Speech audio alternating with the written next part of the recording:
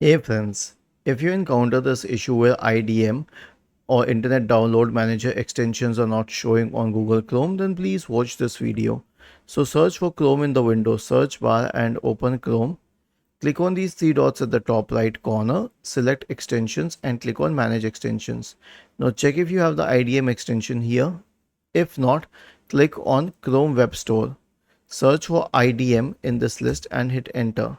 Okay, so you will notice one thing, that the IDM download manager has been removed. Okay, so the other options that you see are not IDM. They are something similar, but they are not IDM. So what can you do in this case? Simply search for the word download manager and hit enter. And you can use any other good alternative like this free download manager here or the Chrono download manager. All of these have good enough ratings. You can use these instead of IDM, and then click on add extension.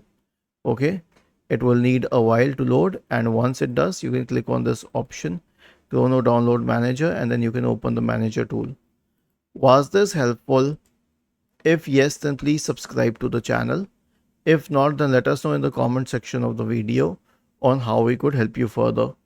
Thank you for watching this video and have a nice day.